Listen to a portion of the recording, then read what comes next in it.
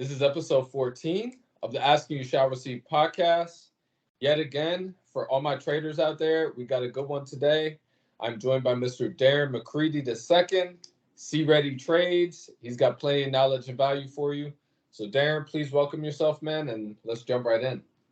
Yeah, man. Thank you. I appreciate you having me on. My name's Darren. I'm 36 years old and I'm from Maryland. My last name is McCready. I chop piece of it off when I go by Cready Trades. That was kind of a nickname I had from almost back in high school. So anybody that knows me calls me Cready. Before we dive right into trading, man, I want to kind of see like what was life prior to that? Like what you have going on in life before, and kind of when you pop that question, like what even is trading? Yeah. So pretty normal, I guess, American guy life. I mean, I went to high school, I graduated, I went to college right after. That didn't go so well the first time around. I was working retail as well. And as I was working retail, I kept progressing, leveling up as far as positions there, getting promotions. Mm. And it got to the point where I was making more there than I would with the entry level job from college. I was like, well, let me just run with this and see how far I can take it. Unbeknownst to me, the career path can kind of get you trapped after a while. And you get to a point sometimes where you hit that glass ceiling and you realize, hey, I might not be able to take this any further than where I am. If I can't break through, I need to be working on something else, to head towards. So, like I said, I was in retail. I worked for Staples for 16 years. I was a general manager the last 10 years that I was there. And I had a good stores, one in Ocean City, one in Annapolis here in Maryland. Both did well. I was part of like a district manager and training program. My store was a regional training store, all those things. So when we onboarded new management members and supervisors and whatnot, a lot of times they came to my store. Over time, through retail, I developed a lot of skills that were transferable, not even realizing it as it was happening. Mm. And I ended up using a lot of those skills. But when I hit that glass ceiling, I realized that, hey, maybe I need to, kind of pivot. So 2019, I got married. My son was born in September. And after he was born, actually leading up to it, I had some issues, like I guess HR issues with work, where basically I was trying to take off time that I didn't feel entitled to it, but I was obliged to it if that's what I chose to do. So I did everything I could within the parameters. I tried to set up systems and people in place so that when I went out, there wouldn't be any issues. But certain individuals still gave me a hard time. That was when I kind of started to crack the shell and realize that, hey, maybe this isn't the best thing to be doing long term as far as the way that I want to progress in my lifestyle and whatnot. So I started looking at other avenues. I didn't really care what as far as jobs. I was really open to whatever. I ended up finding an insurance job here in my hometown. So I cut out a 45-minute each way commute and I was working 10 minutes from my house rather than working nights and weekends. Mm. I was working 8 to 4:30 Monday through Friday. And that really accommodated, my lifestyle to the point where I could go back to school. So I decided to enroll at ECPI, East Coast Polytechnical Institute out of Virginia. Excuse me. They had a 100% online bachelor's program where basically I could go back, take my existing credits, go back and finish. So I switched jobs. I went back to school. With that job change, I took a significant pay cut, like a 60% pay cut. Mm. So it was one of those things. It was kind of like I looked at it like a slingshot maneuver where you got to pull back and release before you can, progress to that next level. Wow. And that was kind of how I felt like I would be able to break that glass ceiling. Was maybe I need to draw back and then, regroup and then move forward. So as I started doing insurance, I've been in insurance about a little over 3 years, almost 3.5 years now. The schedule, like the banker schedule you get with that, the 8 to 4:30 Monday through Friday, that really gave me the opportunity to at nighttime, my wife and my son would go to bed and I'd be on the computer from 9 p.m. to midnight, doing schoolwork. Mm. So during that time period, when I started a new job about a week after, COVID came out and they sent everybody home. So when they sent us home from COVID, I was new. I was like, do I have a job? Like, am I good? Am I not? So I didn't really know what was going on. I came home, I'm working remote, and my wife was trading. And I knew about trading because we had invested in some things before, more long term, kind of horizon, but nothing really short term as far as like day trading. So I ended up getting into it with her. She was doing options. I started doing Wow. equities. About 6 months into that, things went kind of sideways because the market in 2020 was really just up, up, up, and all I knew how to do was buy. I didn't know how to sell. I didn't know how to enter exit properly. So I got caught up and ended up losing a lot of the gains that I made. And I realized that, hey, maybe if I want to get in and out, positions, I want to be able to, day trade. I got to be able to maneuver properly, I guess. In the stock market, some people may know there's a pattern day trader rule where you have to have $25,000 liquid cash to, enter and exit multiple times a day or more than 3 times in 5 business days. So I started looking at other markets. I found Forex amongst some other things, and that was where I really dug in and put a lot of my time in. That was September of 2020. I started there, and then fast forward to now August of 2023, almost 3 years, and a lot of journey, a lot of growth, a lot of learnings, and pain, whatnot as well. So doing retail the way you did and like working your way up, most people honestly don't even stick with something like that for very long. yeah, And I think it's great how you pointed out where you recognize you kind of maxed out the potential that you saw in it, mm, but you were still like willing enough to say, even for myself, I'm going to take that pay cut, because most people would say, the money is good, so I'm going to just keep at it. Most yeah, people really wouldn't even look at that and say, I'm taking a 60% pay cut. I don't know about that. But I right, really give you credit for that, because most people probably would have just stayed in the comfort and said, I'm making good money at least, so let me yeah, just keep riding this out. yeah. And from It's really there, easy to do. exactly. I mean, I did that for 16 years. So if anybody knows, I know. Yeah, Yeah. man. So I give you credit, and not only to do that, but you have kids to manage at the same time. You want to be a provider and things like that. I'm sure it's not easy. And at the same time, you're putting that time in at night to go to school and things like that. But, that's not something that most people manage properly. But I honestly think I hear a lot of stories, like people honestly have recognized the pandemic to almost have been like a wake up call, yeah, more than like a negative thing. And kind of in your situation, you almost use that to create the change you wanted to see in your life, and that's honestly impressive. yeah. It was really an accelerant for me, and I looked at it as a lot of things that were going to happen anyway. Maybe Mm, things that might have happened over a 10-year period got squished down into that year and a half, 2 years. Because without that, we probably wouldn't be working remote. We probably wouldn't be doing this call remotely right now. yeah, man. Wouldn't It wasn't as popular back then. Because I remember at one point my wife had gotten a job, and it was technically remote, but she was flying out week in and week out. And when she first got it, I Mm, was like, "Is this real? Like, is it a scam?" Because like 2017, 2018 time period, remote wasn't a thing like it is yeah. now. Like, so Wow. And then, I mean, of course, with trading, I don't think I've ever heard someone be introduced to trading by their significant other. I've mhm, rarely heard of that. And I know the craze, especially at the start of the pandemic, was just buying and pretty much just making money for free during the pandemic. Tons of people did it. right, The funny part is, and I'm sure we'll get into it, is not many of those traders that were doing that back then are still here now, alive today, right, still trading and still passionately going for it. But I think that period in the market brought on a lot of people to want to become traders and say they are traders. But I think yes, now, as of the past, especially this year more than anything, I think it's kind of like wrung out anyone that's honestly been yeah, left that's that it. doesn't really have the right principles. Mhm. But yeah, 100%. man, I wanna get into it. So you went on the option side, and I think this is common where most people, they start to look at stocks, they look at the opportunities within stocks, and they kind of see how limited it is, because you really do need either a large hand of capital or some sort of relationship with certain institutions to be able to trade the way you want and things like that. And from there, how did you get started in Forex? A lot of people like me, I ended up in IML and going through that, and then ending up by myself and just learn, fail, learn, fail. So how was Yeah. it for you? Yeah. I know a lot of people that have had the mixed experiences with IML. Mhm. I actually bypassed all of that when I came in. Nice. So I found it through, I mean, pretty much through Google searches of like, markets to trade and whatnot. I ended up finding Forex, ended up on social media. Somehow I bypassed all the Lamborghinis and flashy jewelry money, stuff like that. Yeah. And I found a guy named Phil out of Florida. He had a course called FX Pro Now. And Mm. he was basically pitching, instead of pitching, hey, be a millionaire, do these things. Is basically saying, hey, like, how would you like to build and develop a skill that you can provide maybe extra $1,000 a month for your family, which is realistic. It was like, okay, that'd be helpful.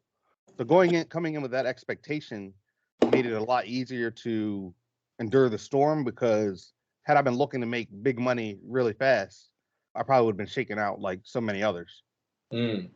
That's that right there is honestly like a nugget in itself, is cutting out all the noise and the fluff. And it's scary today because like I see so many traders or aspiring traders, and they're all striving for that, the chain, the Lambo. But then I really see the ones that survive are the ones that have honestly the most realistic, or in some people's eyes, honestly, minimal expectations, where Right. they're looking for consistency, discipline, and execution. And they're doing honestly anything but the flashy things. They're not looking for the home run trades, where I'm making 50 grand in one trade, where I'm making 80 grand or doubling my account in 1 to 2 trades. Um, and I give you credit for that, because so many people go down kind of the wrong rabbit hole and get a bad taste of what like trading actually is. Because what does everyone flock to? What they see on social media, which is a lot of that flash.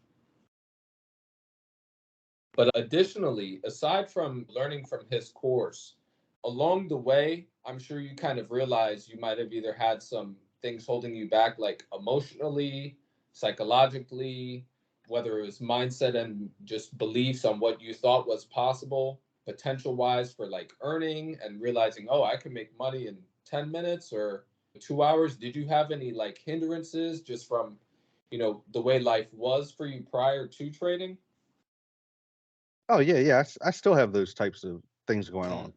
I've come to this kind of agreement with myself that these things that crop up, like the psychological stuff, the emotional stuff, it's not going to go away. Mm. Like, you can't really put it to bed.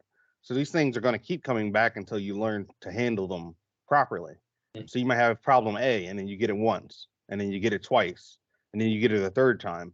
But if you aren't taking the measures to understand what's happening and how you're reacting in those moments, it's really hard to progress, or probably even impossible to really Mm. pinpoint accurate, measurable ways that you can, make progress. Nice.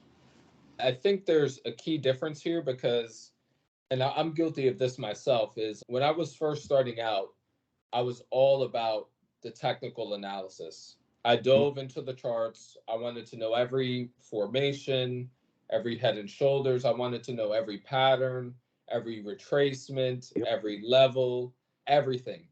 And it even still goes on today, where people want to either trade, the way of the banks or the way of this, the way of that. But honestly, at the end of the day, in the past year and a half, more of my work has been on the psychological side and not letting those issues bleed into my trading and the execution of my edge and plan.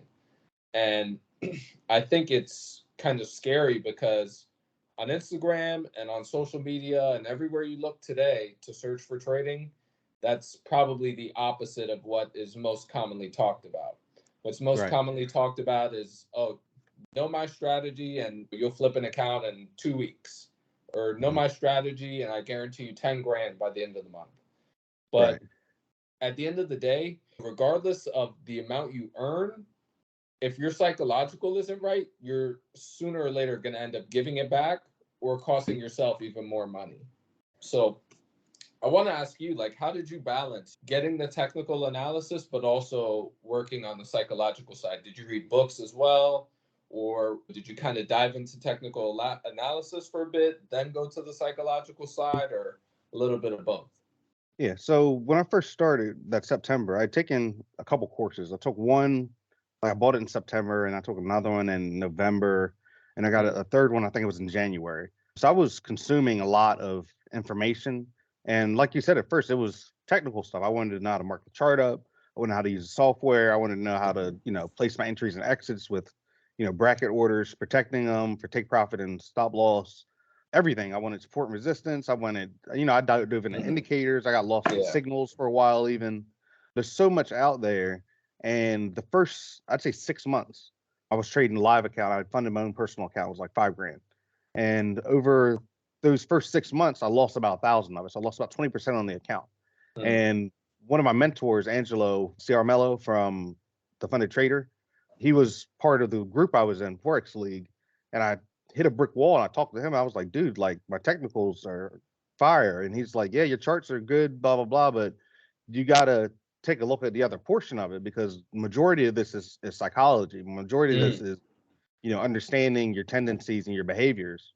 So yeah, like I said, I was marking charts. My charts were like immaculate from 6 months, but marking up the charts isn't going to make money. Like anybody can be an analyst. Yeah. But analysts don't trade. Like if you want to trade, it's a different level to it. It's a different, animal, a different beast that you got to kind of conquer. So about 6 months in, I got into the psychology piece.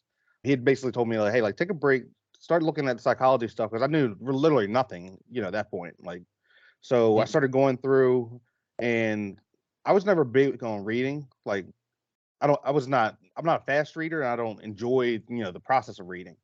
I get distracted pretty easily sometimes. So for me, I came across Audible a while back, and any book that I want, I get it on Audible. I listen to it on audio multiple times. So for me, I started grabbing psychology books. I mean, they weren't all exactly trading related. Psychology of Money was a good one. Secrets of a Millionaire Mind, I think it's T. Harv Eker. All types of stuff. I mean, just really the Bitcoin Standard, just talking about like the history of money.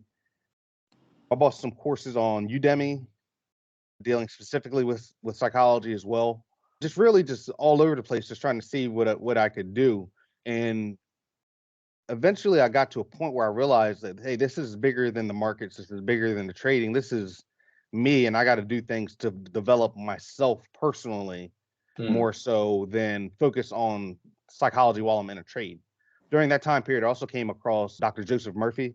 He does a lot of good books. He wrote The Secret of the Power of the Subconscious Mind. And he has some other books like The Miracle Powers of Your Mind and whatnot. And he really incorporates kind of spirituality into it. I'm not going to say religion. I mean, a lot of it's like kind of Christian based, but just because it's like Bible scriptures and whatnot, but the way he interpreted those things made me start looking at life kind of differently, and just understanding that all the power that I need is, kind of within me. And, if you ask, you shall receive. And, he's able to do exceedingly and abundantly, all those types of things. You start looking at the other side of it. And then, when I flipped the coin, I realized, hey, I got to work on me. I got to focus on these tendencies and behaviors, my habits, my routines, just the things I do day to day, my practices like meditation or prayer or whatever, all these things all come together, because the market is a mirror. The market's going to reflect you back to you. It's going to show you your greed. It's going to show you your impatience. It's going to show you your fear of missing out and all those types of things. So until you understand you and your tendencies and, the things that trigger you to do one thing, and this is what I was saying before, like you got to kind of not really focus on what's happening, but kind of more, what's really developing, not how I perceive it. Kind of take a step back and look at it like a third person, like, hey, this thing is happening, like, hey, I lost this trade. And, you might automatically default to, oh, this is terrible. I lost money. My analysis was wrong, blah, blah, blah. But at the end of the day, you have to detach that and just realize that, hey, this trade has no reflection on me. And whatever caused me to do or caused me to make that error, I might not necessarily be able to eliminate it, but when it presents itself again, I've got to be aware and conscious in the moment and be able to make a different decision. So those things that often derail us, I feel like once you realize, like, so for me, a trigger I had, and it's on my sheet, it's on Twitter if people want to go back and find it. It's like a weekly log sheet. And one of the things that I have that I watch out for is, hey, if I switch directions twice in 30 minutes, trading, let's say I go long and then I go short and I get, I'm out of both of them. And go long again. And then go long again. That's a signal for me to realize I don't really know what's happening. Don't have a clear I'm not seeing things. Yeah, I'm not seeing things for what they are. I'm seeing them for what I want them to be. So when that happens, that's a trigger for me. Okay, instead of continuing to take a long, short, and burn things down, when I'm operating as I should, within my parameters, Mm, I go long, I go short, I get stopped up both directions. I stop for an hour and I come mm, back and I look and see, what's really happening. Because if I'm going long and I'm going short, within a short period of time and neither one's working, one, the market's not ready. And two, I don't know what's true. really happening. So understanding that, and that was one of those things for me, you identify these issues and you want to fix them. Obviously, you want to be, Mhm, improving yourself always, that constant continuous improvement that ties in from like mhm. Japanese literature and whatnot. So, but in order to continuously improve, you got to know what you're doing. So when you figure out what you're doing, if you hit that same thing again, I look at it like if you ever play video games and you're playing Super Mario and you go through level one, at 1-4 you get to the boss and you Yep. beat the boss. You might not necessarily banish him forever, but you get past them and you go on to the next level. But when you get to the next level, the boss is bigger and badder. So you got Hmm. to be bigger and badder as well. You can't hope the game is easier. You have to hope that you can get better. Yep. And that's how I try to approach it. First things first is things don't stay stagnant. Right. Everything in the world is always adjusting and changing. So if we think we've perfected something and we just think the markets are just going to stay like this forever and we'll just run our little system and everything will be perfect, That's it. that's honestly the opposite of what happens. And another key point you did bring up is the fact that you do need to look at the market from an objective perspective, not from my intents, my desires, and my wants, but simply from what is the market telling me? And that's Mm. it.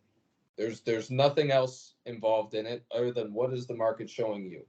It's not what is the market showing you in order to fulfill your desire for the day or your urge to trade for the day. It's simply what is it saying. And this is something I've even had to work on myself is learning A, to give the market time to do what it needs to do, and then B, just do less and get away from the desk. Because I've Mhm. I've done journaling now and enough review now to where I can spot where it's a slow, choppy day. And the longer I'm at the desk, the sooner or later there's going to be an issue. Yep. Whereas if I say, look, the market ain't ready for me today, I have my analysis. If I'm trading in trend, I'm looking for these certain things, but it's just showing it ain't ready today. If I just go away and live to see another day, it does so much better than trying to force it in that moment.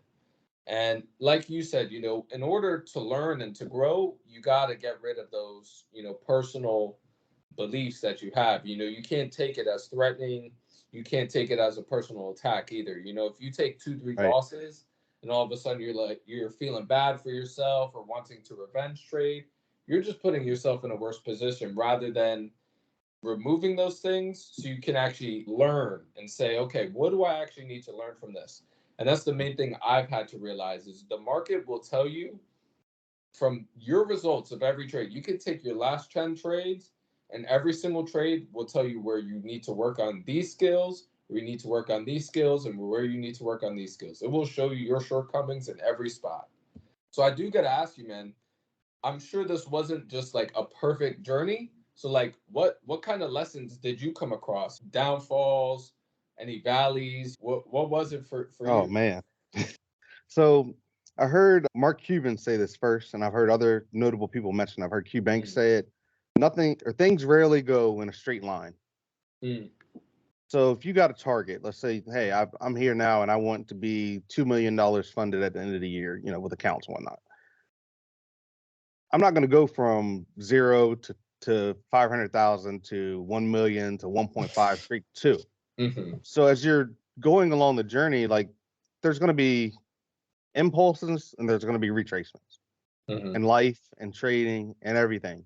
So some of the difficulties I had, and anybody that trades can probably relate, and anybody that's getting into trading or getting into prop trading or has prop traded will understand, or they'll understand when they get to that point. yeah, So after that 6 month point, I withdrew pretty much everything from our personal account, and prop firms had just come out. And like I said, mm, one of the guys I was working with, Angelo, he's the CEO of one of the prop firms. yeah, So they had came out with their prop firm, and other ones started popping up. But I was working with them because I got discounts with them. I got what I called a free account monthly for 10 mm, free monthly 10K account It Nice. cost $5 to activate it, but it was good practice. Mm. So I'd say oh my God, ever since probably May of 2021, I've been doing prop challenges like nonstop. Like every month, I'm doing probably 2 of them. It might be a 10K, it might be a 200K. Like the size doesn't matter; it's the reps. Yeah. So initially, I started doing it. I was like, oh, I failed a 10K, I failed a 50K. If I have a bigger account, that'll give me more drawdown. That'll give me more opportunity to figure out what I'm doing, and then I'll be all right. So eventually, I got to the point where I bought a 200K account and started working on it, and I blew it out eventually. I mean, as always, it never failed. It was invariably going to happen because I wasn't ready. So I failed to count, and I realized that a bigger account is not going to solve my risk management problems. Like this is something that I have to scale with everything else. So like I said, I was getting this 10K accounts every month. So I was like, let me back down. Let me just do 10Ks and 50Ks. So I did those. I worked with the smaller numbers. I've developed some strategies as far as like position sizing, I really knowing how much I have on the line at all times. And then I got consistent passing 10Ks. Then I passed some 50Ks. And then eventually I got funded with, I think it was a 50K account. It was like December of 2021. So I finally got this account funded. I get it the end of December. I start trading it. Second week in January, invariably, once again, second week in January, account blown. So I went from nothing to figuring it out to think I got it to back to nothing again. Wow. And it all the whole journey, I try to sum everything up. It's really my business tagline, as you can see down here, like Cready Trades, turn no into no. So everything I approach, I want to turn rejection, denial, a turn away into, okay, how can I reapproach this knowing, actually knowing what is capable of, what I'm capable of, and how to approach it and handle it. So for me, I went from turning no funding, no accounts into knowing how to get an account. So I hit this peak up here. Well, okay, I got my account. I'm doing this thing. I didn't have a clue what to do with it. That's just the reality of it. Like, and when I look back at it now, and even months ago, when I look back at it, I realized like I wasn't ready. Maybe I got lucky. And like I said, when I lost that account, I went from nothing to something, back to nothing. It was like, damn, like what, like, is it really for me? Like that's one of those points where you want to quit, where you start to question your ability and like how bad do you really want it. And QB Stu, one of my favorite influencers in trading, he had said in a meeting a while back, he said, you have to have a why that'll make you cry. So your why behind everything. So like my why is my family, like my son and my wife. And it's like, if I can't do this, I got to make something else happen. So like your why has to fuel what you're doing. So like if I didn't have them behind me, if I was 10 years younger and I didn't have a family, whatnot, I might have gave up then in that moment. That might have been the end of it. So just understanding that, hey, I got this account, I lost it. What do I do now? Do I try and get more funding? Do I stop? Do I do something different? And at some point in our journeys, you reach this wall and you look up and you're like, how am I going to get past this? And you turn around and you look back and you realize that you've come far too far to start walking back the other direction and just give up. You got to figure it out. So again, turn no into no. Say, okay, well, no, I don't know how to keep this funded account, but I'm going to learn. And then I'll know what to do with it when I get another one. That was one of the hardest periods in my trading because I felt like I had made it. And I feel like more people need to understand that, hey, like you're trying to get this funded account. When you get the funded account, it's not like boom, confetti, that's it. Smooth sailing, champagne bottle, smooth sailing. I'm getting paid. I'm going to be rich. Like no, there's a whole nother journey within the journey. So you start again, and then it's like okay. So I got back into it. I got big on data, and I really started looking into things that were causing my issues that I was doing. Some of my tendencies. That was when I uncovered, the directional bias changes, losing too much too fast, over trading, revenge trading, all that stuff. That was when I started to identify a lot of those problems that I was having because it's all really personal. Like you're going to go through things that I didn't go through. I'm going to go through things that you might not go through. We might go through the same thing at the same time. It's all really personal to everybody. So understanding that was when I was really able to start doubling down on my data, diving into my execution, and just really being pretty blunt with myself and just really confronting myself, almost just kind of looking to myself in the mirror and just saying, hey, like, you did this to you. Like the market didn't do this, the Mm, broker didn't do this, you did this, mm, and that's when you can really move forward. But a lot of people aren't going to confront themselves like that. yeah. And the same thing with confronting yourself as far as your behaviors and your tendencies. You have to confront yourself with your belief system too. Mm, So obviously, like it's hard for us to say that we did something wrong or say that we were wrong in a moment. But just imagine the next step of that. Like, okay, your belief system is wrong. I got to confront something that I don't even know why I believe it. And yeah. it gets to a point where it's like, okay, if you have this belief, you got to get to the bottom of it and say, okay, why do I believe what I believe? Is Mm, this dogma? Is this indoctrination? Is it all these different types of things that creep in mm, over time? Because in my opinion, I've heard in a book somewhere, I don't know what it was, but they say a child is a blank tablet that anybody passing can write something down on. mm. And I look at our whole life as that. It's like, hey, you don't know why you believe what you believe, but you got to get to the bottom of it. And if it doesn't make sense, get rid of it and adopt something else. And there's a lot of learning, unlearning, relearning that has to be done, Mm. because a lot of times we learn things the wrong way the first time. And now you got a year of experience doing this the wrong way. So now I have to break that habit too. Yeah, man. So That's so precise because even for myself, my first 3 years of trading was nothing but bad habits, realizing those bad habits, slowly eliminating them, and then putting the right ones in place. I think you said it as good as can be, where this is more of a personal development journey. Where when you first started trading, that's the last thing I thought this was going to be. I thought this was just going to be strictly charts, numbers, math, and percentages. I yes, didn't know I was going to have to question myself. I didn't know I was going to have to look at myself in the mirror and be fully accountable and fully responsible. There's a multitude of blown accounts I had at the start of the previous year and the year before that where I did not want to accept I was the one who did that. I said, "Oh, it's the spread. It was the bad spread I got on this one, man."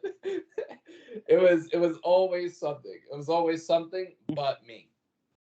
right. And until I realized I was the common denominator of this whole list of blown accounts, mistakes, and this and that, I really had to sit down and say, okay. And like you, man, I've been at so many points where I'm like, what am I doing? Like, do I just need to like go get another job? Like, what is it? And I honestly don't know what it is, but I've still kept at it today, and I don't regret any loss I've gone through. I don't regret any of the mistakes I've had because there's been multitudes of points where I thought that was it for me. And somehow I'm still here today. And I know that's made me so much better and it's made me learn so much that I wouldn't even be closer to my goals if it wasn't for those failures.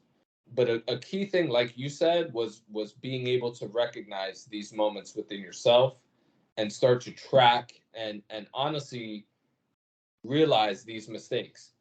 The only way I found that out was by actually starting to take my trading to the next level by journaling, by having a routine in place. Because before, I can clearly tell the difference in my trading of when I had a morning routine and when I didn't. Because prior, I would just wake up, all right, time to press some buttons and maybe make a bag, you know? that Right. was that was pretty much it.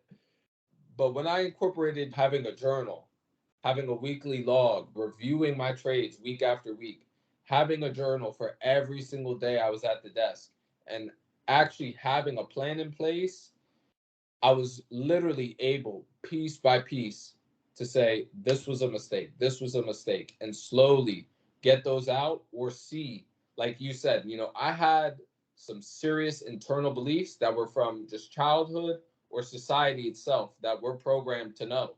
Most, and this is even an issue with me still, I see a lot of traders that really can't contemplate the fact that you can make almost your monthly salary in a 4 hour trade or a 20-minute trade, depending on your trading style.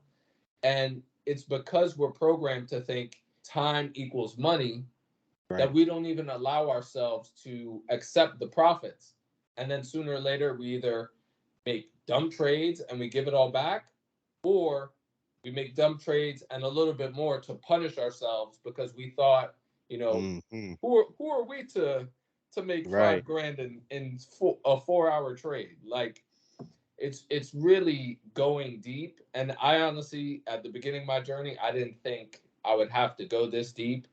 And I know there's still more to Yeah. go, but like it's really crazy. And I think it's scary because, you know, on the way they market the funding opportunities, they really don't talk about any of this. No light is shed on the regular person saying, "Oh, I'm funded account for 300 grand for 800 bucks. That sounds like a no brainer, don't it?"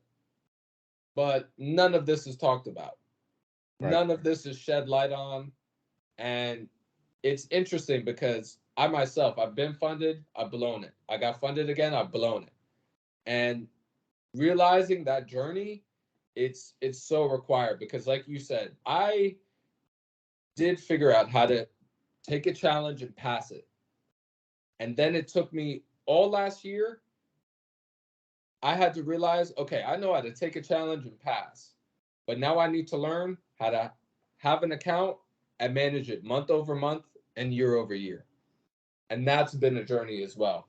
And it's honestly part of the process, man. But I gotta ask, you know, through that pain and in those low moments, like what did you tell yourself? Because I myself, I have a kid on the way and I have a soon to be family real soon. And I'm like trying to sit here asking myself, like, I'm on the hinge of trying to get the additional capital I'm looking for. And it's like, you know, you're in that circumstance where most people would be like, bro, just go get another job, work till midnight and do it that way. That's like the much safer way than going this route. Like, how did you go about it, honestly? So it really came down to a point where I realized that, sort of like you were mentioning a moment ago, time equaling money, in our default Mm-hmm. equation. It doesn't have to be that way. Like, we don't have to Mm. make money by the sweat of our brow. Mm-hmm. And it's been very rare, if not never, I mean, that I've seen someone with multiple jobs that actually has wealth. I mean, Mm-hmm. it's just really, that's really what it is. So I looked at it and I was like, well, let me take this pay cut. Let me do my thing here. We've got good credit. We've got, a bit of a buffer, Mm-hmm. to weather, minor storms and whatnot. Let me try this and let me keep going and let me see if I can make something happen.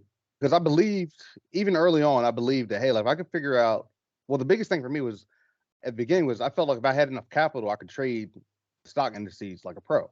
Mm-hmm. And over time, I realized like, hey, it is possible, but all these psychological things come back in too. Mm. But just realizing like, hey, I'm going to take this leap that most people aren't going to take. And worst case scenario, right? Worst thing that could possibly happen is I lose some money, I get another job. Mm. Like, that was the Exactly. default anyway. That's been the default since I was a child. Like, most people, Yep. that are adults at this point that I know, if you had a job and you told your parents you want to quit your job, the first question is, where are you getting a job at? What are you replacing this Exactly. job with? Well, if Mm-hmm. you're going to quit your job, you better have another job first. Something Was lined more the up. way it was said. You got to have something lined up. And I realized like that's not the case. Like, hey, if I can make it happen here, I don't need to get another job. If I can really figure it out, I won't need the job that I have. I mean, I still work full Mm. time now, but I've got some measures that I've got to meet and some things I've got to Yeah. overcome personally and financially, to take that leap. Mm. But yeah, just realizing like, hey, like, worst case scenario, I'm back where I started. Like, I'm not really. I mean, yeah, I might lose some money and whatnot, but that's what kept me going early on. And then I want to say last July, I got my first payout, which was small with the refund. And Mm. then last December, I got to the point where I actually eclipsed my losses from live accounts, the money I spent on prop accounts, the money I spent on education. Mm-hmm. I was about 10 grand deep over the course of about Mm-hmm. 2 years. And in December, I wiped that clean. Wow. So it was like, okay, well, like, wow, I'm at break even now. Like, now I can really, see what I can do. Like, hey, I can do this. hey, this is possible, this is Mhm. realistic if I approach it the right way. And I mean, even after that, I've had pitfalls. I've had months where I've withdrawn nothing. I've had months where I've withdrawn 5 figures. So I Mm. mean, it can go both ways. But the first point, like I was saying before, was realizing, hey, worst case scenario, I'm going back to a job like everybody else. And then the second point was, hey, this is paying for itself. Let me see if it can pay for some other stuff too. Because I mean, like right now at the point, I buy an account right now. I've got business credit and whatnot. Building my trading LLC through all this. If I need an account, I don't have to go on my personal bank account. I put it Yeah. on my business credit card, or I take it from the business cash that I've accumulated, and I write it off, and I get more funding, Mm. or I fail and I try again. I mean, but it gets to a point where it becomes very methodical, and it's a process that keeps you going versus the belief system. So now, yeah, the belief system's gotten stronger and it's grown and whatnot, but at the same time, this thing is fueling itself. So yeah, I lost my money, I got my money back. And when you start making money, I feel like so many people fail to do this. When you start making money, the money isn't yours to do whatever with. Like, you still got to pay probably 30-40% taxes on it. You still Yep. got to be a good steward. You have Mhm. to really handle what's given to you. And over time, you learn all these things, you make the mistakes, you figure it out, and you just keep going. You just keep going. Yeah, You have a man. bad day or a bad week, and you come back and you do it Oh again. yeah. You might take a break, but you know the ball's already in motion now. Like, you got to keep it going. Yeah. Dude, honestly, there were some three key words in there where you talked about taking advantage of credit, business credit, and then also write-offs. Man, we could have a whole other podcast just on that right there, Yeah, taking advantage of the credit side. But like you said, man, to really keep this simple, that was honestly at the end of the day what it's all about for me is getting out of that survival mode lifestyle. yeah, Because when you have a job or two jobs or three, at the end of the day, it's running on your time commitment. And getting out of that is life changing. It's generation changing, and it's honestly no joke. And that's why I think going into trading, I felt it was honestly a no brainer investment because it is a lifelong skill. absolutely. It's honestly a lifelong skill, and not to mention the qualities and the character you build through it, Hmm. it bleeds into everything else. Yep. Absolutely everything else. But I do really, really appreciate the fact that you said being a good steward, because all this really comes down to mindset. Because at the start of it, a lot of people come into trading, like we said, for the Lambos, for the chains, for the trips. And I'm not saying it's wrong to take a trip or anything like that. If those are your goals and you reach them, do as you please. But I appreciate the fact that you said good steward, because when you do this, and if you actually get to that goal of constantly getting payouts and managing your account properly with a proper entity setup, whether it's an LLC or something of that sort, and you're a good steward, there's tons of tax advantages that you can take advantage of, not only to pay yourself properly, but also really set things up for the future for extreme amounts of growth that, in my opinion, are worth more than renting the Lambo for the weekend or things like that. Right. So I got to ask you, man, like, did you have any, like, I guess, aha moments as you really started seeing the success progress? Like, you're like, dang, and where it kind of just piled on from there? Yeah, that's all the time. If when you're paying Nice. attention, anyway. Hmm. There's lots of things that when you really start to dig in. I always say, if you want to find something, start digging, because if you dig long enough, you're going to find something. It might not be what you're looking for, but you'll Mm. find something. So really diving in to everything, because like I said, everything comes back to your belief system. It comes back to your upbringing, your programming, your indoctrination, whatever you want to call Yeah. it. So challenging those beliefs, like there was things that that along my journey, most people are going to have some type of mentors or communities that they're working with at some point. Hmm. Maybe not in person, but virtual, online, whatever. And there's a lot of things that you read and you see that you got to challenge. So one of the biggest aha moments for me was last year. I mean, the holidays were approaching and everybody's talking about December. Oh, December's choppy, price action's bad, the volume's low, all these things. I didn't believe it. I said, I'm going to trade it as normal and I'm going to see, what these people are talking about. I traded, I had my best month to date. Wow. Where if I had listened to what someone had said online or, something I saw in a video or read in a book, I would have missed out on that opportunity. Another one was with, let's just say, for instance, with funding. So you get your funded account. Again, aha moment may not have been a positive aha moment, but it was an aha moment because, hey, I got that account, but that doesn't mean it's mine forever. I still got to, trade it properly. I still got to do my thing once I get it. So, the aha moments go both ways. And like I said, they pop up pretty frequently. I'd say weekly, if not daily, if you're paying attention to what's going on. But for me, a lot of it was, hey, if I hear something, I got to go see for myself. Like I can trust the source, but I got to verify the information because a lot of times you can get bad information from the wrong information from the right place. Yeah, man. I do want to ask a few quick things here. In terms of where you're at now and you're trading personally, do you have some kind of things at this point in your journey and with the trading you're doing now that you kind of like live by that are like, kind of like commandments or the key frameworks to how you trade now? Like for me, something I've really started to implement is less is better. Another thing for me is I'm an in-trend trader, so it's honestly in trend only, less is better, and I don't need to be in everything. I'm Right. really working on that right now, is being okay with, look, there's that move, there's this move, especially if you're in a community, it can sometimes be counterproductive where you see other people trading, there's people trading, and it could easily lead you to take in a trade when according to your edge, it's not really the best time to. So Right. the things for me are like less is better, in trend, and just sit and wait it out. Let the market breathe and do its thing. Do you have any kind of commandments you go by yourself? I've got a lot of stuff. I mean, a Mm. lot.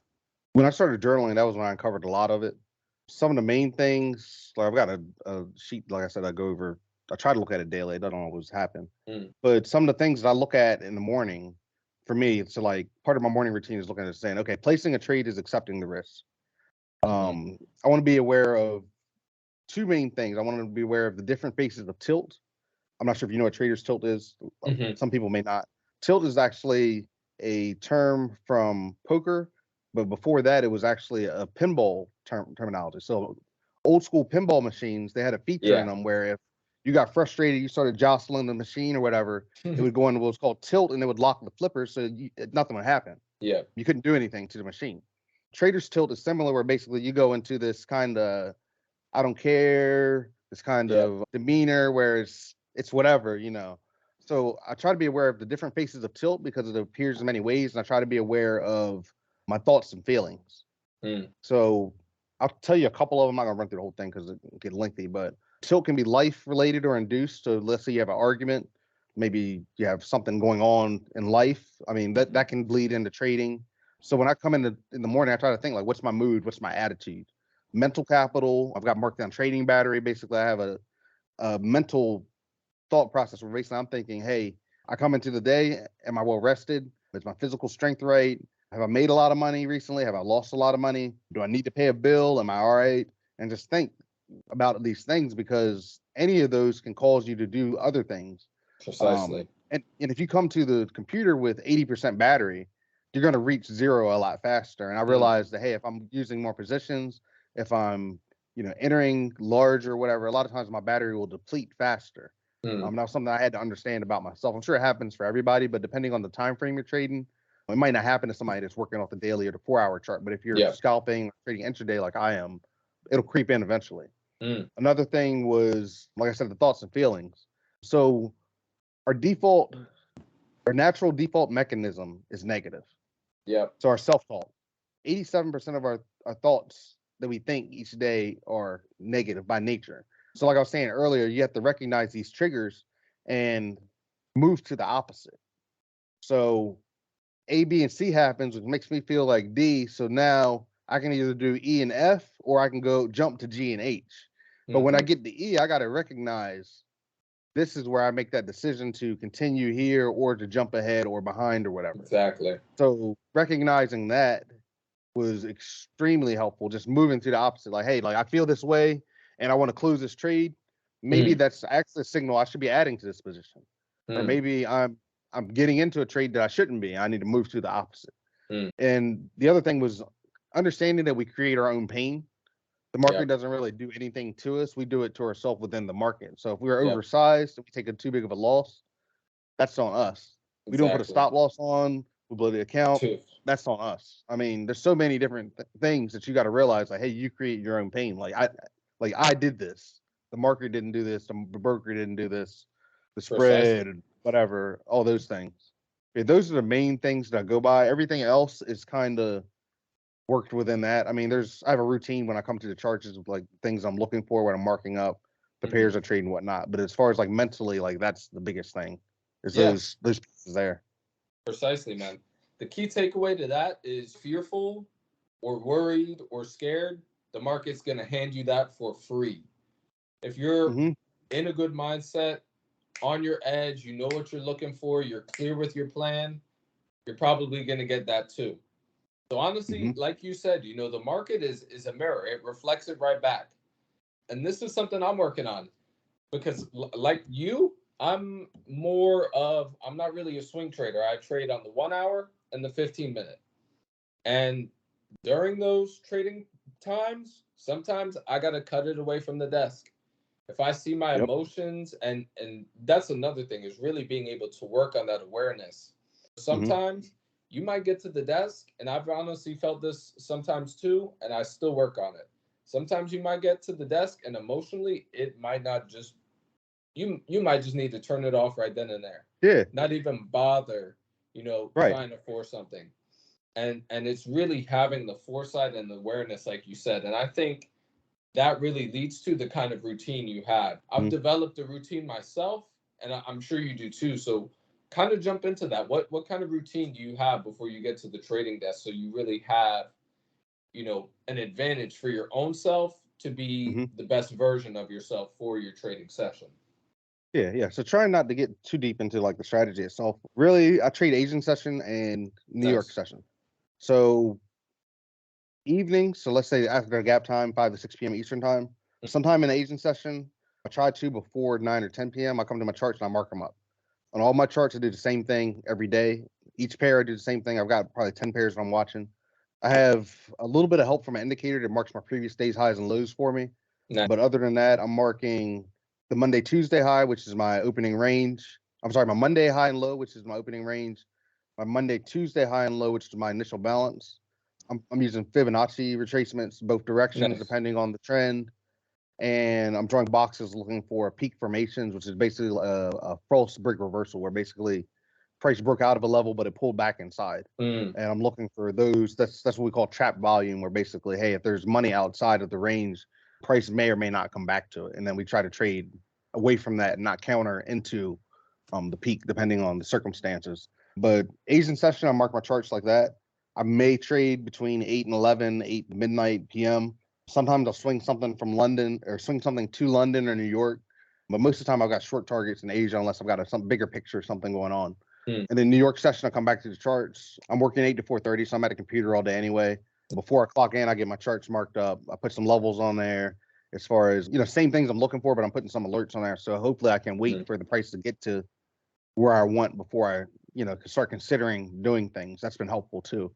But yeah, just setting those levels and just looking for them and saying, hey, if price gets here, I'm going to do this. If I'm on what I call a first green day and price is pulling back, the next day I want a low of day buy situation, or in the reverse, I want a high of day sell. So I want to get in as low as possible to go long, or I want to get in as high as possible to go short. And then there's some other situations where I look for breakouts too. But most of my trading is within the range. So my levels go week to week, and I just really trying to, keep those marked up day to day, twice a day. That way, when I come to the chart, it's fresh. I can see where it progressed from where it was and, what may be developing. Nice. Now, before that, do you meditate? Are you kind of, I know some people run around the block. Some people just grab a tea and hop on. Some people do prayer, meditation, a combination of things. What do you kind of do just before? For me, none of those things before Mm-hmm. immediately. Most of that stuff is just kind of incorporated throughout the day, you know. Nice, Um, nice. One thing that did help me a lot, and I've gotten back into it this week, I'd stopped for about a month, but I work remote, so I work from home most days. So on lunch break, I drop off packages for my wife, and Mm-hmm. when I was on routine, I drop the packages off lunchtime, and I would go to the gym for 30 minutes. Nice. And then I'd come back the afternoon. I mean, I don't feel refreshed after the gym. Some people stay refreshed, but Yeah. I come back. I've gotten that energy out. I've gotten that frustration, whatever. You know, I've Mm-hmm. released all that energy, and I come back, you know, for the afternoon like it's a new day. Yeah. So yeah, that Nice. was the biggest thing. That journaling. I was blogging a lot. You know, I was taking those journal notes and turning them into a blog post. Mm. I've got that on my website. I stopped doing those because I'm trying to focus on some other things. You know, just kind of repurposing that time. I want to get back to them though because that was really pivotal for me as far as my breakthrough because I was, you know, really focusing on what I was doing throughout the day. So I was like, hey, like if I go to enter a trade and I look at it, I was like, okay, do I want this in my story? Because Mm. if this isn't a quality setup, why am I taking it? I shouldn't have to, you know, report this to everyone. Not that everybody cares what I'm doing, but you know, that was kind of my accountability piece for Mm. myself. You know, like, hey, I gotta stay on topic. I gotta stay on Nice. focus and just really, you know, nail down the procedure. Yeah, man. That's another like really key factor that I've even found for myself is putting myself in an accountability group to where I am Hmm. posting my trades every day. I am posting my journal every day. So, if I do bad, I can't just, it's all right. Right. And that's super important, man. So I do want to ask you yourself. You've talked about joining these groups and communities, and I'm sure you've got either a group yourself or you're in a part of a group. Like how honestly, especially with how considered lonely trading is, like how priceless is having that surrounding individuals where you're either trading the same systems Mhm. or you guys are on the same level and aware of your goals to where, hey man, if you have a bad day, I'm going to make sure you learn from it, or we're just simply going to keep each other accountable. How important is that? Yeah, that's really important. So, like for me, my accountability partner mostly is my wife because she trades too. Like I Hmm. said, similar trading styles. I trade a lot more frequently than she does, but having her has been helpful just because she understands, you know, what I'm going through too. So like if I Hmm. come down from upstairs and, you know, I look a certain type of way, she Yeah. knows what's going on and she understands it, you know. Mm. But as far as communities, I've been in and out of a few over the course of time. Like you said at the very beginning, like a lot of people fall off from the beginning. So a lot of the people that I talked to in 2020 aren't around anymore trading. Mm. 2021, they aren't around anymore. Even from Yeah. 2022 and 2023, a lot of people have kind of ghosted. So just being active in groups and just being careful because at one point I was easily influenced or biased. So just being careful, like, hey, like me personally, I'm the type of person who can be influenced by what somebody else is doing. Mm. So I have to remove myself from that while I'm trading. So yeah, I have these groups and whatnot that I talk to specific people in, but I'm not in there while I'm trading. I kind of do my own thing while I'm trading, and then I go back and I talk after. Because there'll be times, you know, you'll be in a long and somebody else will be in a short, and you know, their reasoning for their short will make you question what you're doing. And you Mm. might exit a good trade, or you might, you know, you might feel some type of way. Well, I'm right, they're wrong, and you just stay in your Yeah. position, even though you got all the signs not to be there. Mhm. So again, understanding like, hey, this stuff can be helpful, you know, in the right dosage or in the right time period. So through those groups, you know, you'll run into more people than not that you don't want no dealings with. And then there'll be some other people that, you know, you really relate to and you can resonate with. And, you know, over time I've found a few guys that I keep up with. And then recently, mostly like this year, 2022, I've accumulated about 3,000 Twitter followers. So Nice. people on Twitter that, you know, some of the higher level guys, there were people that initially when I was following, and over time it got to the point where I'm like, hold on, this person's following me back. Like they're you know, they're looking at what I'm doing too. Like, Mm. okay, well maybe let me connect with this person. You know, let me see, you know, maybe we can work out some type of business deal with this person. I went to Hmm. the FX Summit in Miami back in June, and I met a lot of the people that I'd been working with online. on projects or just chatting or, whatever, venting, anything. And I finally met these guys face to face. I'm like, wow, this is a real person. This isn't a robot. It's not, and then you feel like you're meeting up with an old friend, more so than meeting somebody new. So yeah, I've got a few people that I keep up with. It's good to have because good, bad, indifferent.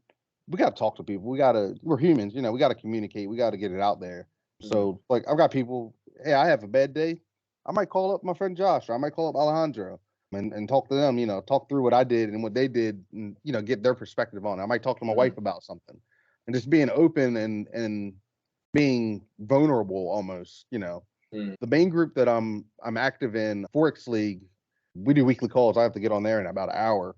And literally the last year and a half, every Thursday from probably 9 till at least 11, some nights, midnight, 1 a.m., we're on there. We're marking up charts. We're talking about psychology, anything, And like these guys have become, my friends. Like I've got a guy, one of the guys in Cambodia, Alaska, New Jersey, like they're all over the place. And we all come together, to share what we're finding here. But yeah, the communities are great. You got to be careful. Most of the ones that I'm in, I try to stay behind what I call the paywall.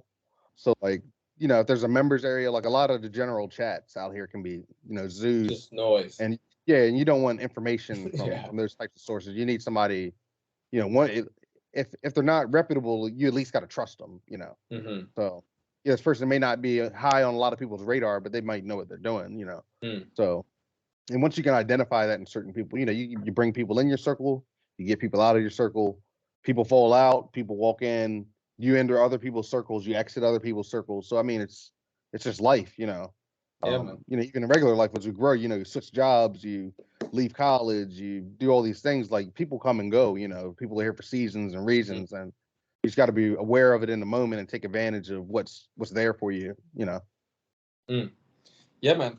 Last two questions. I know this has been extremely valuable for a lot of our listeners, just diving into these things that really aren't covered really anywhere. Mostly what you kind of look for and you see isn't really that valuable. It's kind of hard to find this kind of information. So I appreciate you for sharing. But last and not least, I do want to kind of talk about where you are currently and what you have planned for the future for yourself.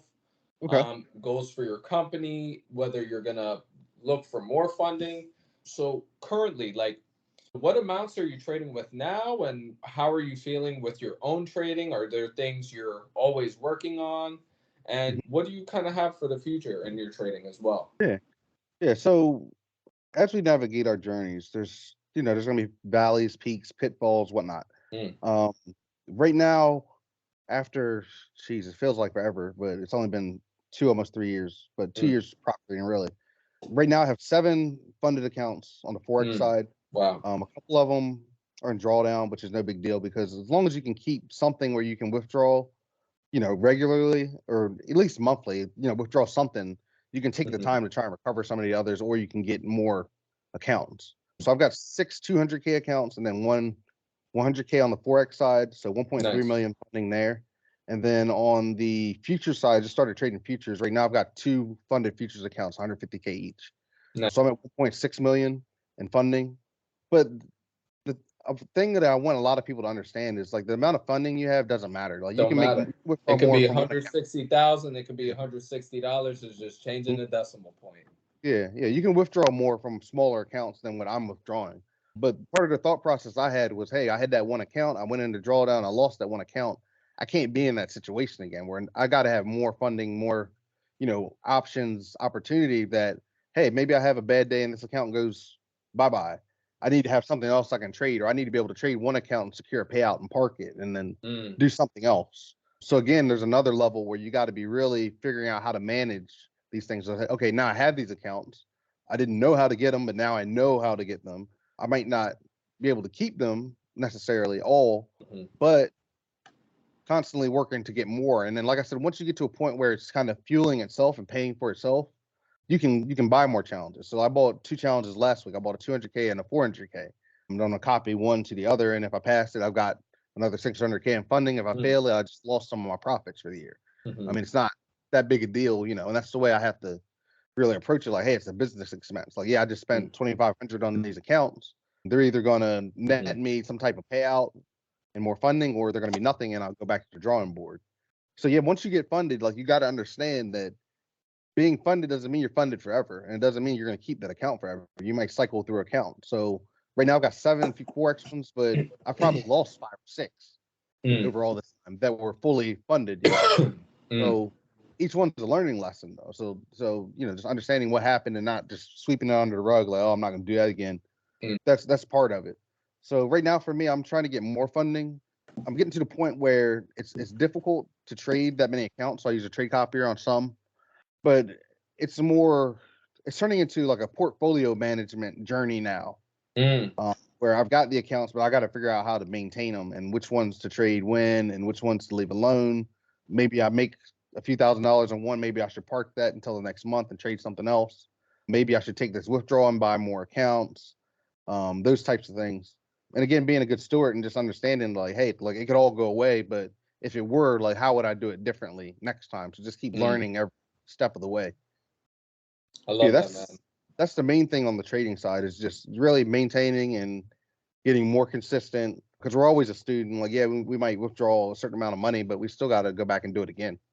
So I take that to heart myself. I just lost a funded account last month, but I really like how you really use the word of good steward. And not only are you looking for continuous growth, but also in those times where there's drawdown and things like that, you're not just saying, all right, the heck with it. That's it for me.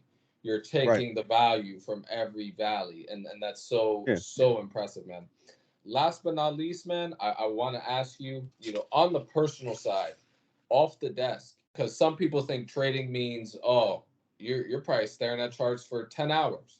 How is your routine overall, and like how does trading mesh with your life in general? yeah, so one of the hardest things for people to get in trading, I think, is understanding that you can't build your life around trading. You have to build trading into your existing life. So I realized that pairs that move in London session. I mean, I'm East Coast US. I'm in New York time zone. Pairs that move heavy in London session, I shouldn't be too concerned with those. I need to be worried about what's moving in Asia and what's moving in New York. Because otherwise you'll be up all night looking for a trade. So hey, I'll come to the chart. I've got 3 windows. I got 8 to 11 p.m. I got 8 to 11 a.m. and then I've got 1 to 4 p.m. And if I find something in one of those windows, I'll take it. If not, I don't. But part of the routine with that, so like me in the morning, I don't get up early. I'm not like a 5 a.m. club guy or anything like that. I get up between 6 and 7 a.m., do my daily hygiene, whatever, and I go upstairs and I clock in for work between 7:30 and 8. For me, it's easier because I'm on the computer all day anyway. So I can have alerts set up, and then, in between phone calls or emails, I pull it up and look and say, okay, NASDAQ is doing this is doing that. And, just kind of monitor them. And if I want to get into something, I get into it and I go back to tasking, so that's helpful during the day. That's why I'm able to day trade, New York, mostly morning and afternoon, because I'm already at the computer. And then, doing my markups in between the sessions and, continuously marking up. Like if something develops during New York, I mark it up so it's there for Asia. It's not going to delete itself or anything. It's going to be there, market. So just really telling my story through the chart and just, really just stalking the pairs, just following it. Like, where's it going? What's it doing? Where's it coming from? Is there news coming up? Those types of things. And just really, just building it around what I'm doing. Because if I was working retail, I couldn't do it the way I'm doing it now. Yeah. If I was working construction or, if I was a lawyer, most jobs, I feel like it's almost I hate to use the word conspiracy, but I feel like it's almost like set up to keep us out of the market, because they give us these 8-hour jobs from 9 to 5 while the market's open. Yeah. I mean, come on now. Like, they don't want us to figure it out. Exactly. So, to be able to slip through the cracks and kind of infiltrate the system almost. I mean, eventually I feel like I want to be kind of like the spook by the door, where I'm there and, I'm opening the door and letting other people in, So just really focusing on my development and doing things that are replicatable. That way, later on, if someone else is interested, I mean, yeah, I can't teach you from scratch, but if you get to a certain point, you hit a wall, you can come to me and really discuss, what's going on and, how I may have handled the same situation. I offer scenarios, options, things that you can try, because whatever we're doing, like, it's always good to have somebody who's experienced what you're doing, or someone with more experience with, with what you're trying to do.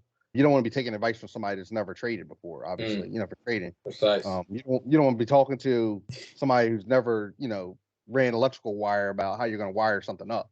Mhm. So just keeping it relevant as far as who you're talking to. Like I said, those guys that I mentioned before, like I reach out to them over the course of the day sometimes. I might call one of them in the morning, one in the afternoon, chop it up or whatever. But yeah, 8 to 4:30 is work. I'll go to the gym during lunchtime sometimes if I'm working remote. Get off work, hang out with my son, my wife, family. We might go do something, whatever, something family, Yeah. whatever.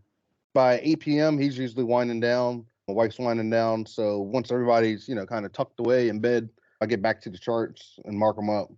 I might get on a call or something, discuss what's going on, and then shut it down between 10 and midnight, go to sleep, come back and do it again. I mean, Nice. like most people, like my life kind of revolves around trading. Like most people's life revolves around work. You get up in the morning, you brush your teeth, you take a shower, you drive to the office or drive Yep. to wherever, and then you come back and then you hang out with your family. A little bit of time that you have, Yeah. you spend with your family, and then rest up to do it again. So I was already doing that anyway, so I didn't feel like I was at any loss. But I know that if I keep going, eventually this can replace, my main income stream, which is Sure. work, and then then I can evolve another way. I want to thank you, man, because this was extremely, extremely transparent. And honestly, this is exactly the whole reason why I do this, just so people understand, this isn't about the glitz and the glamour and being able to make a post and say this and for flash. Like, this is honestly, at the end of the day, what it's all about. And, I have the same goal you do, man, to someday where trading covers, the same amount you're bringing in from your job.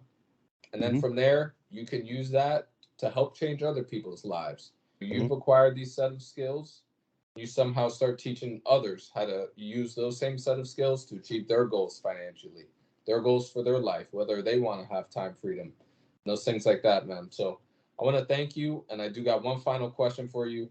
Regardless if it's through the avenue of trading or being a dad or through work or anything like that, at the end of the day, when all is said and done, what impact do you want to have and leave here on the planet? And if there's anything you'd want to change, what would you want to see implemented? Yeah. I feel like I was put here to do this. Like I'm on a Mm, mission right now. Like I gotta figure this out. I haven't told a lot of people, but back in 2015, short story, right? Short story. I was in the store, right? I was working Staples retail, and this older gentleman came up to me, and he was talking to me about these pencils or something. I was helping him find. So I got mhm. him what he wanted, and he went on about his day, or started to go on about his day anyway. I started walking out of the aisle because you interact with people all day long. People come, people go, whatever. So this guy stopped me as I was walking away, and he was like, "Hey, is your middle name Matthew?" And it kind of shook me. I'm just like, hold up. I was like, Wow. yeah, my middle name is Matthew. Like, what's up? Like, like, who are you? What do you want? Where are you from? And come to find out, he was an old pastor or priest or something. And Mm, he started prophesizing. He was telling me, and me, this was like 8 years ago. Like my mind wasn't where it is now. I wasn't able to recognize things as I wow. do now. And he told me, he said, "You belong in the markets." And I just kind of chuckled. Whoa. And I was like, "You're right. I'm in the market right now. I'm helping you in the store." Like I didn't get it. Mm, And then, he kind of went on about his business, told me the story or whatever, and went on about his yeah. business. And I didn't think much about it until a couple years later. And I was like, hold on a second. Like, maybe he's talking about the financial markets. Like, I didn't realize until after I gotten funded and, I got in pay. I was like, Mm, hold on a second. Like, this guy told me this. I don't know who he was. I wish I could find him. But yeah, I feel like this is what I'm supposed to be doing. Like, I had the passion for it. I like it. I enjoy the process. I enjoyed talking to people. I've always been like a natural leader, even from retail and even before retail and whatnot. So just, always teaching, always learning, always being a student. I feel like for me, like I just want to be able to change the people closest to me, to change their lives, make their mm, lives easier. And then for the generations to come, but hey, maybe we'll have something to give to the next generation versus, a lot of times like there's always these, in the different communities and cultures, like there's these pockets of individuals that just kind of live for their life, and the next person comes along and they live for their life, and then and there's this mm. vicious cycle. And I feel like I'm here to break that. Not to say that my family's like in a bad position or impoverished or anything. Like we're very fortunate, compared to a lot of people out here in the world. But I feel like if I can make other people in my lives better and then inspire others to do the same and just show people that, hey, like this is possible. Like it's not a scam, it's not a Ponzi scheme. Like, hey, if you come to the markets and you do what you're supposed to do, like, hey, you can make money too. And you Mm. can achieve that freedom and break free from that time equals money type of deal. Exchanging your time for money and start doing something else and then eventually making money work for money. Mm. This was only episode 14. I started this podcast in January. This is probably going to be one of my personal favorites, man. But before we shut this thing down, please, please, please tell people where they can find you, where they can reach out to you, where they can check out your blog, your website, and all Yeah. that you're doing and you got going on. So please let them know. Yeah. So social media everywhere. It's Cready Trades. At Cready Trades on Twitter. That's where I'm most active. Instagram, Discord, and CreadyTrades.com. That's it. Perfect, perfect, man. That was episode 14, man. I'm gonna close this one out. This one, this one will require a notepad and a pen and some rewinding, man. But thank you again, and that was episode 14. Thank you so much.